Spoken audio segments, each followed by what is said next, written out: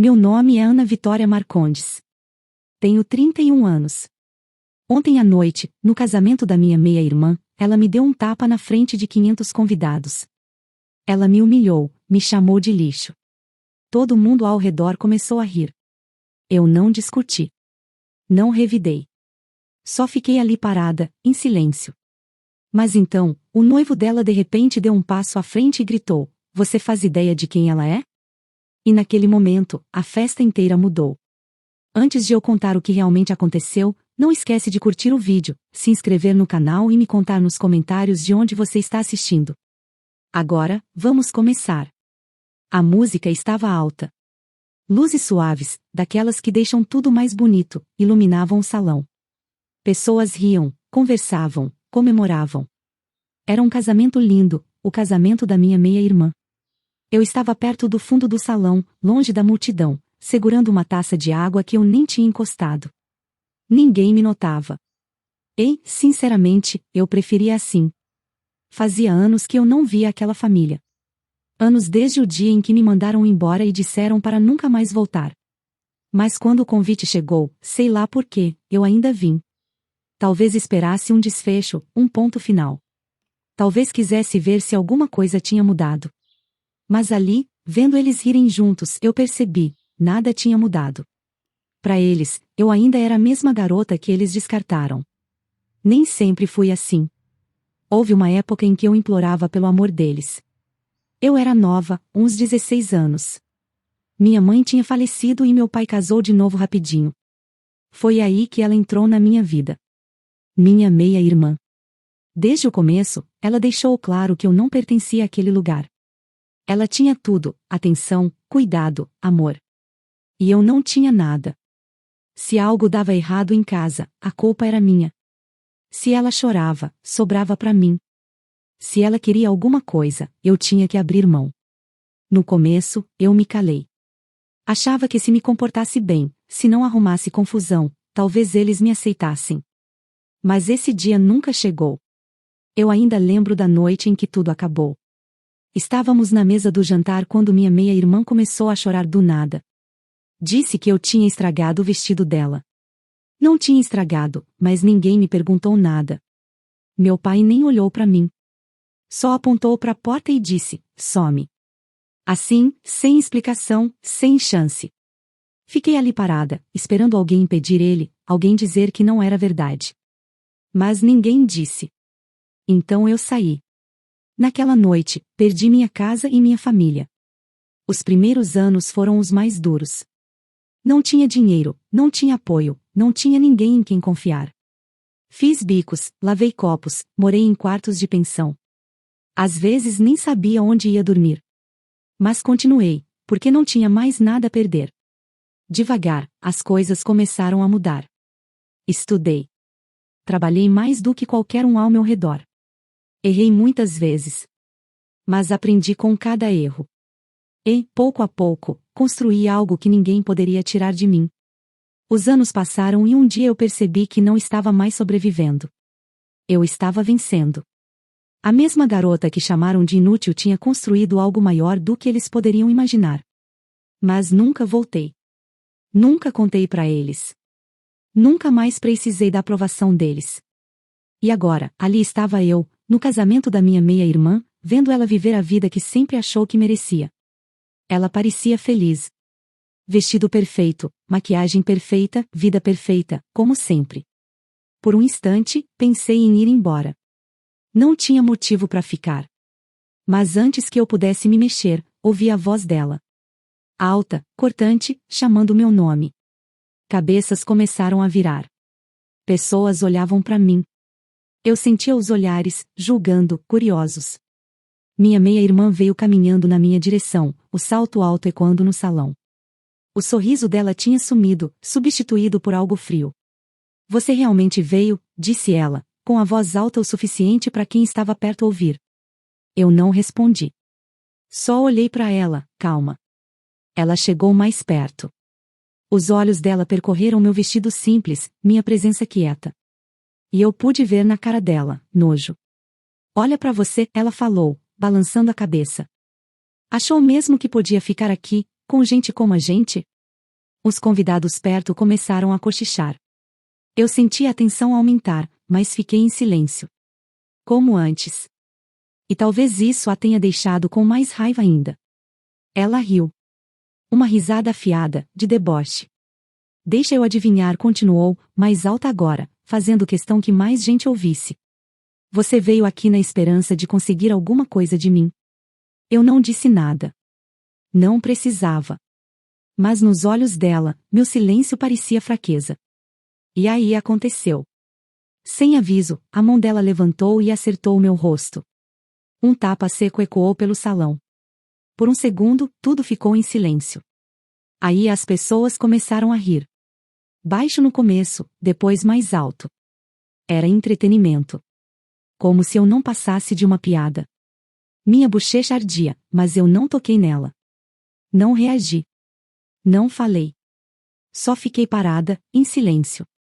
Ela chegou mais perto de novo, baixando a voz, mas ainda assim alta o suficiente para outros ouvirem.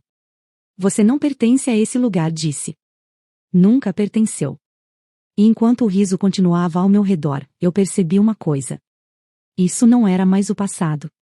Eu não era mais aquela garota indefesa. Não mais. Mas ainda assim não me mexi.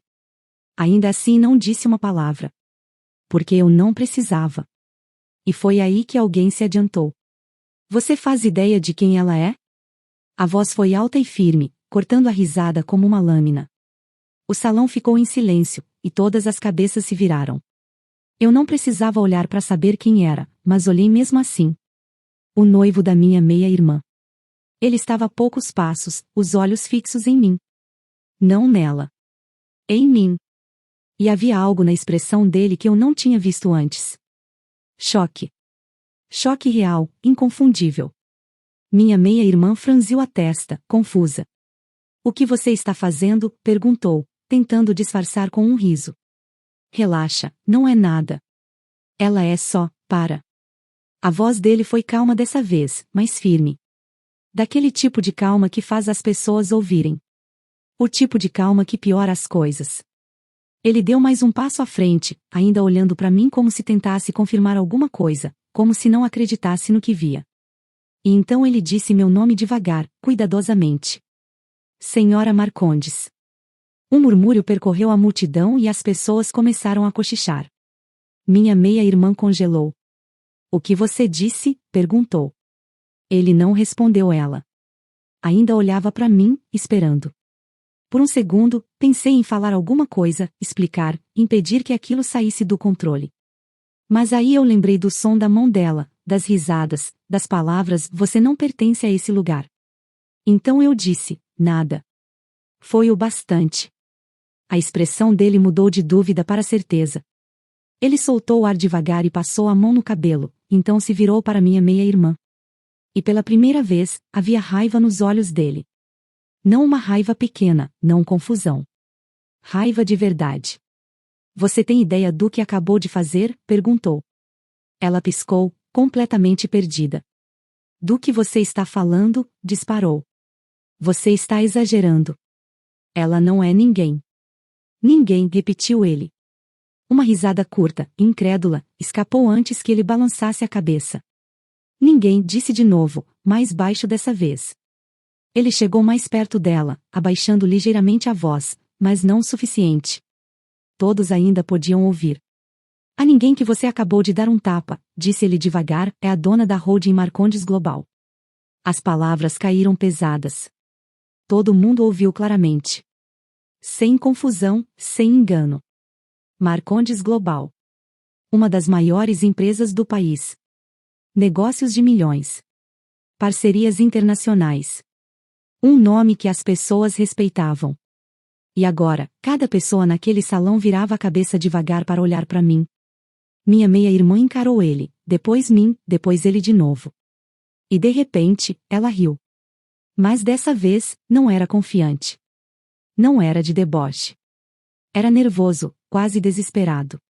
Para de brincar, disse rápido. Isso não tem graça. Não estou brincando.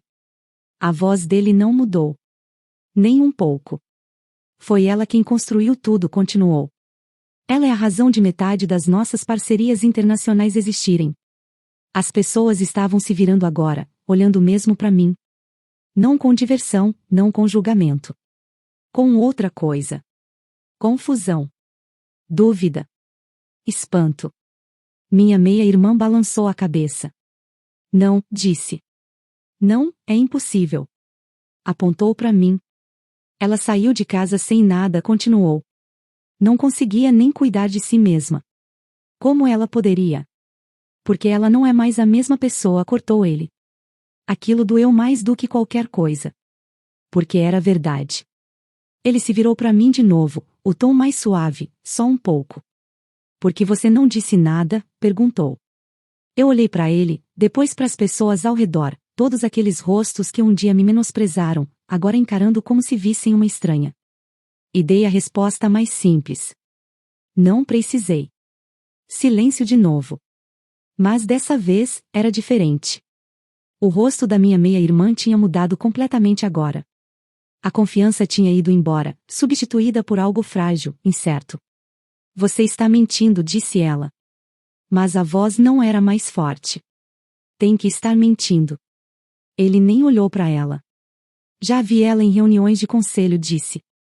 Já vi gente com o dobro da minha idade se levantar quando ela entra na sala. Pronto. O salão mudou. Dava para sentir, como se o próprio ar tivesse se transformado.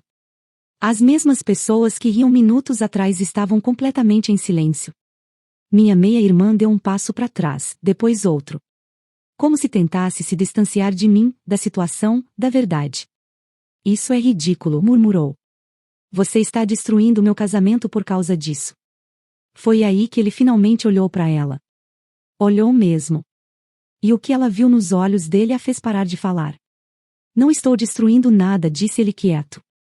Você destruiu. As palavras pairaram no ar. Pesadas. Definitivas. Ela encarou ele. Você não pode estar falando sério, sussurrou. Ele não hesitou. Estou. Um longo silêncio se seguiu. Sem música, sem risadas, sem movimento. Só centenas de pessoas assistindo. Então ele deu um passo para trás e disse a única coisa que ninguém esperava. Não posso casar com você. As palavras ecoaram no salão. Não posso casar com você. Por um segundo, não pareceu real. Aí tudo desabou. O que você está dizendo? Gritou minha meia-irmã, a voz falhando. Esse é meu casamento. Ela agarrou o braço dele com força. Você não pode fazer isso por uma coisa tão pequena. Ele puxou a mão dele devagar. Isso não é pequeno, disse. Isso mostra quem você realmente é. A confiança dela tinha ido embora agora. Completamente. Ela olhou em volta, desesperada. Mãe, pai, falem alguma coisa, choramingou. Meu pai se adiantou rápido, tentando controlar a situação. Olha, disse ele pro noivo, forçando um sorriso. Isso é só um mal-entendido. Os ânimos estão exaltados. Não vamos tomar uma decisão assim. Minha madrasta concordou, acenando. Sim, exato. Ela não sabia. Qualquer um poderia cometer esse erro. Aí aconteceu algo inesperado. Minha meia-irmã se virou para mim. Os olhos dela estavam cheios de pânico agora. Não raiva, não orgulho. Medo. Diz alguma coisa, pediu para mim, a voz tremendo. Fala para ele que não é nada demais. Fala para ele parar com isso. Pela primeira vez em anos, ela estava me pedindo ajuda. O salão ficou completamente quieto de novo. Todo mundo assistia, esperava. Meu pai chegou mais perto de mim. O tom dele mudou. Mais suave, cuidadoso. A gente errou, disse ele. Mas isso é a vida da sua irmã. Não deixa esse casamento acabar por causa de um momento. Minha madrasta completou rápido. Por favor, fala alguma coisa. Ele te respeita. Ele vai te ouvir. Eu olhei para todos eles. As mesmas pessoas que um dia me expulsaram estavam agora na minha frente pedindo ajuda. Devagar, desviei o olhar para minha meia-irmã. A maquiagem dela estava perfeita, o vestido estava perfeito, mas o rosto estava cheio de medo. Por favor, sussurrou ela. Não deixa ele me abandonar. Por um instante, tudo ficou em silêncio.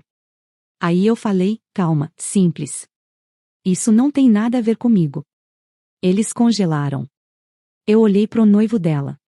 Essa é sua decisão, falei. Não minha. Ele concordou devagar, como se já soubesse.